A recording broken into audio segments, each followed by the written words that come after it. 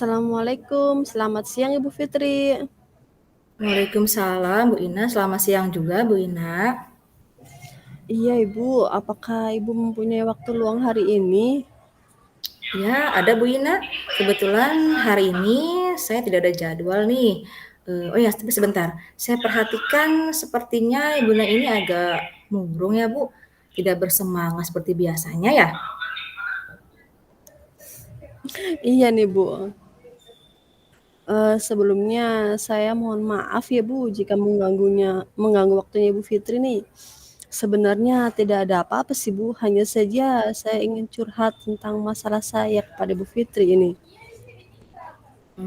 Sama sekali nggak mengganggu sih Bu waktu saya. Memangnya Ibu Ina ini ada curhat perihal apa ya Bu, kalau boleh saya tahu?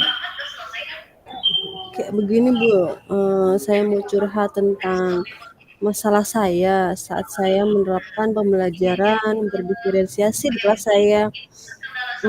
Kok saya merasa ada yang kurang greget tuh ya Bu? Oh, begitu ya. Memangnya kenapa Bu Ina sampai merasakan seperti itu ya Bu Ina ya? Ada hal yang mengganjal Bu Ina sepertinya yang membuat Bu Ina kurang Iya, greget? sebenarnya saya hanya ingin mendapatkan solusi atau pemecahan masalah, dari masalah yang saya hadapi Bu, yaitu tentang pembelajaran berdiferensiasi yang sudah saya lakukan. Mhm. Berarti ingin supaya mendapatkan solusi ya Bu ya mengenai permasalahan Bu Ina tentang penerapan pembelajaran berdiferensiasi yang Bu Ina lakukan di kelas Bu Ina. Begitu Bu Ina? Iya, Bu Fitri ingat tidak ya, beberapa minggu yang lalu kan kita belajar tentang pembelajaran berdiferensiasi ya Bu, dalam Iya kegiatan betul. pelatihan guru penggerak ini. Mhm. Iya tentu saya masih ingat saat itu kan kita belajar tentang materi itu ya Bu ya yang dibahas itu ya. Iya, di modul 2.1 dan 2.2 itu Bu. Iya betul. Gimana Bu Begini Ina? Bu Fitri, kenapa ya saya merasa masih belum maksimal dalam menerapkan pembelajaran berdiferensiasi tersebut. Hmm, Bu Ina melihatnya itu indikatornya apa? Kok Bu Ina sampai menyimpulkan bahwa Bu Ina belum maksimal nih melakukan pembelajaran berdiferensiasi itu? Iya, jadi, dalam pembelajaran diferensiasi yang sudah saya lakukan itu kan, kalau berdasarkan, kemarin modul itu kan pembelajaran berdiferensiasi tersebut kan ada 3 ya Bu yang kita terapkan itu, Iya betul. yaitu diferensiasi konten, diferensiasi produk, dan diferensiasi proses. Sebenarnya Mhm. saya sudah melaksanakan pembelajaran tersebut sesuai dengan sintak-sintaknya. Saya juga sudah membuat RPP gitu sebelumnya, sebelum memulai pembelajaran tersebut. Terus saya juga sudah melakukan langkah awal dalam proses pembelajaran, yaitu saya sudah memetakan kebutuhan anak sesuai dengan gaya belajar anak itu, Bu. Jadi, anak-anak itu sudah saya petakan berdasarkan gaya belajarnya seperti auditori, visual, dan kinestetik dengan waktu itu medianya menggunakan Google Form di kelas Mhm, 10 itu bagus, saya sudah mhm. terapkan. Mhm. Langkah yang Mhm. kedua, saya menerapkan pembelajaran dengan membuat kelompok sesuai dengan Oh hasil ya, pemetaan tadi. Jadi ya baik. yang Mhm. anak-anak yang auditori saya kumpulkan satu kelompok dengan auditori, anak yang Mhm. visual saya kumpulkan dan kinestetik juga saya kumpulkan. Yang Mhm, ketiga, betul. saya sudah membuat LKPD dan bahan ajar juga sudah sesuai nih Bu dengan pemetaan Mhm. gaya belajar tersebut. Nah, Mhm. LKPD-nya juga sudah saya pisah-pisahkan kayak seperti yang auditori berarti di situ soal-soalnya berupa angka-angka gitu, soal-soal biasalah, soal-soal umum. Kalau yang visual berarti saya juga menyuruh anak itu menggambar ya sesuai dengan temanya, Mhm. sesuai dengan materi hari itu, dan yang kinestetik juga saya sudah arahkan agar Mhm. mereka bisa melihat Eee, semuanya itu ke dalam kehidupan sehari-hari. Contohnya kemarin itu saya menggunakan media pembelajaran uang Ibu, untuk Iya, yang, betul. gaya belajar kinestetik itu. Dan Mhm. sebagai diferensiasi produknya kemarin itu, Mhm. saya meminta anak-anak itu untuk presentasi di depan. Sesuai Mhm. dengan yang tadi LKPD tadi saya suruh presentasikan anak maju ke depan juga. Tapi entah mengapa ya saya masih kurang greget gitu kalau misalkan hanya, eee, produknya tuh hanya dari LKPD yang sudah saya buat saja gitu. Iya. Eee, saya inginnya tuh ada bener-bener, keluar hasil berupa produk yang nyata gitu dalam diferensiasi produknya itu yang saya bisa terapkan ke anak-anak itu seperti apa Iya. gitu. Iya iya. Oke, yang saya tangkap dari ceritanya Bu Ina tadi bahwasanya Bu Ina tuh sebetulnya sudah menerapkan ya Bu ya, pembelajaran berdiferensiasi itu ya Bu ya. Bisa melakukan pemetaan baik dari segi gaya belajar anaknya, audio, visual, kinestetik, tapi Ibu masih kurang nih di dalam hal diferensiasi produknya ya Bu ya. Terus itu Iya ya Bu ya? seperti itu. Nah, menurut Ibu sendiri nih, gambaran Ibu sendiri, sebetulnya diferensiasi produknya itu sendiri seperti apa sih Bu gambarannya Bu? Kalau diferensiasi produknya sendiri itu kalau menurut saya diferensiasi produk itu ya anak harus menghasilkan suatu produk Bu, produk atau Hmm. karya gitu dalam proses pembelajarannya. Hmm. Sehingga dengan, hasil produk tersebut, eee, jadi bisa mewakililah, presentasinya atau anak itu bisa, kreatif, inovatif untuk bisa membuat produk, yang bisa ditampilkan gitu. Selain menggunakan LKPD, PowerPoint, lembar kerja, atau produk-produk lainnya. Baik. Nah, menurut Bu Ina nih, kalau saya coba berikan rentang skala ya Bu ya, dari skala 1 sampai 10, dari proses pembelajaran yang sudah Ibu Ina lakukan nih, kira-kira pada posisi skala berapa ya Bu Ina, pembelajaran berdiferensiasi produk tadi yang Bu Ina lakukan? Mmm, kalau berdasarkan rentang skala, saya sejujurnya untuk rentang skala ini mungkin masih di skala 5 ya, Bu. Karena itu tadi saya masih belum maksimal gitu, saya merasa belum maksimal, dalam proses pembelajaran berdiferensiasi, terutama tadi ya berdiferensiasi produk tadi. Baik Bu Ina, berarti pembelajaran yang sudah Ibu lakukan itu berada pada skala 5 ya Bu ya? Nah, kira-kira nih, Ibu ingin di skala berapa apabila Ibu sudah berhasil dalam proses pembelajaran berdiferensiasi produk tadi, Bu? Eee, sepertinya saya menginginkan di skala 9 ya, Bu Fitri. Terlalu Hmm. tinggi nggak ya? Soalnya Oh, oh nggak apa-apa soalnya Bu, aspirasi boleh, nggak apa-apa kan berarti kan memang mungkin Ibu percaya dengan adanya kemampuan dan usaha Ibu sih sebetulnya. Nggak apa-apa Bu, iya, udah bagus Bu. soalnya saya juga, menginginkan anak-anak itu, ya itu tadi, bisa menghasilkan suatu produk yang nyata gitu. Selain Hmm. tadi ya KPD tadi, selain PowerPoint, hanya berupa PowerPoint saja gitu, atau selain lembar kerja. Jadi proses pembelajarannya itu benar-benar komplit dan benar-benar kita benar-benar harus, kreatif, inovatif gitu, agar bisa menghasilkan suatu produk. Apakah saya bisa ya, Bu? Pasti bisa Bu, kalau menurut saya Ibu Ina pasti bisa melakukannya. Kayak saya lihat Bu Ina tuh punya keinginan yang kuat dan punya semangat yang kuat juga Bu.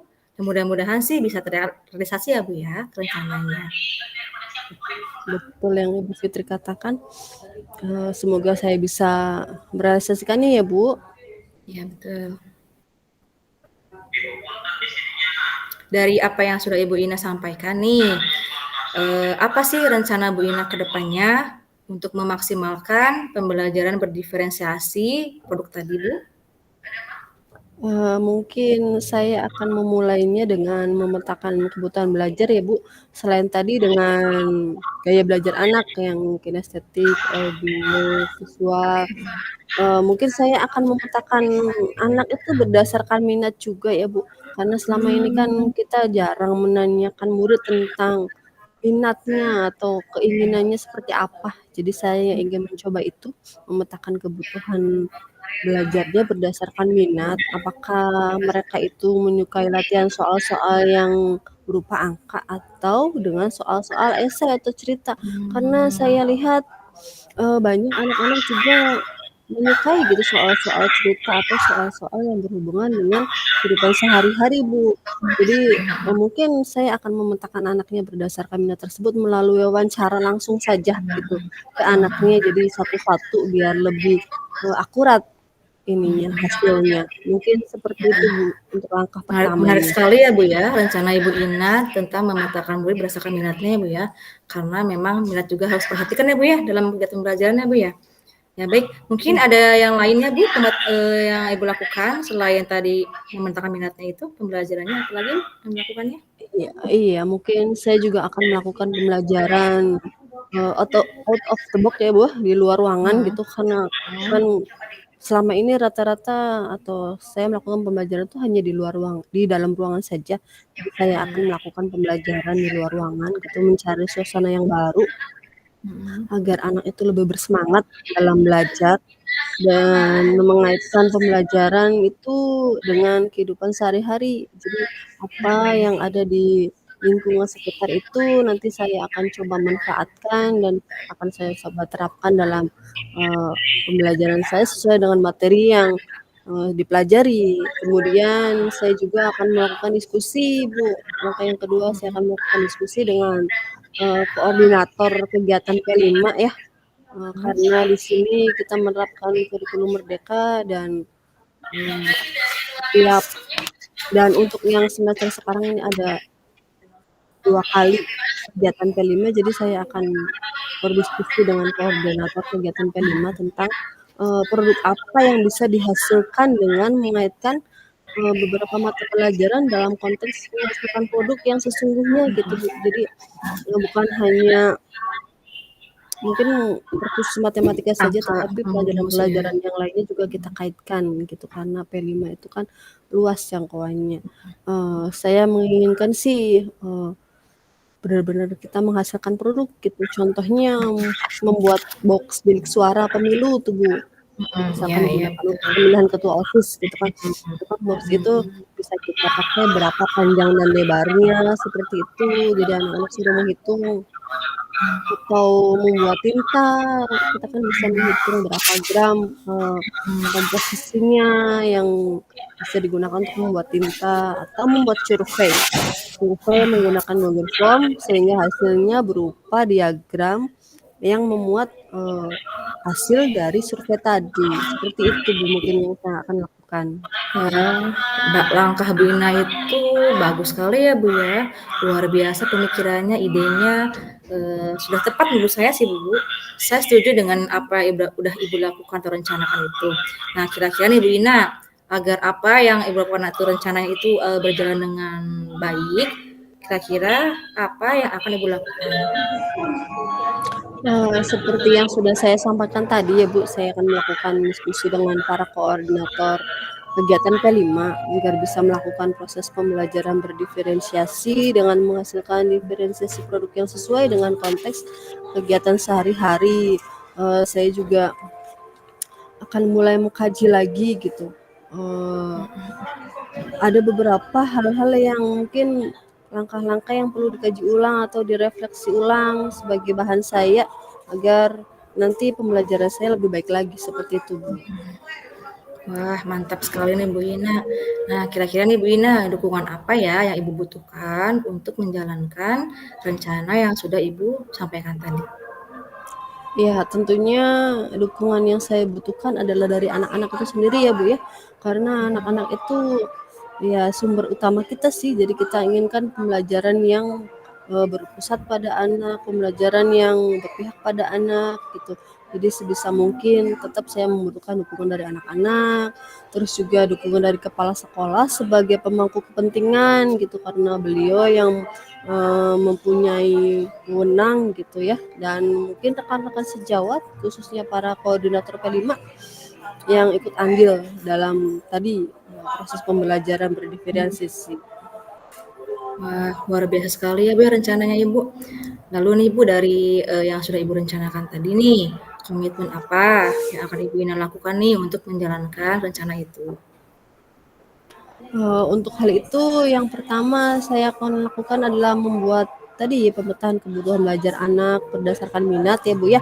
kemudian membuat rencana pembelajaran berdiferensiasi dan mengaitkan diferensiasi produk dengan kegiatan P5. Lalu dukungan apa yang Ibu butuhkan untuk melakukan komitmen tersebut, Bu? Oke, itu juga masih dalam pikiran ya, Bu. Mungkin saya akan Mhm, mencoba berkomunikasi dengan teman guru serumpun mata mhm. pelajaran dengan saya. Jadi kami bisa sama-sama saling membantu dalam proses pelaksanaannya. Iya, betul betul. Itu ide yang bagus sekali menurut saya, Bu. Semoga rencana tadi dapat segera terrealisasikan ya, Bu, ya.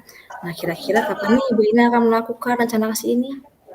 Secepatnya Ibu Fitri, soalnya saya sudah tidak sabar nih ya, tadi menuangkan ide-ide saya tuh. Mungkin minggu depan saya akan melakukannya. Nah, baik. Alangkah baiknya minggu depan kita ketemu lagi ya, Bu Ina ya. Saya juga jadi penasaran nih action-action Bu Ina ini bagaimana nanti progresnya. Baik Bu, saya akan menemui Ibu untuk membicarakan progresnya minggu depan. Nah, baik. Setelah kita diskusi ini ya, Bu ya, apakah Ibu Ina sekarang sudah merasa lega? Alhamdulillah Ibu, terima kasih banyak Ibu Fitri untuk waktunya mendengarkan keluh kesah saya. Sekarang saya merasa lebih sedikit lega ya dengan diskusi tadi. Saya juga akhirnya bisa menemukan solusi dari masalah saya.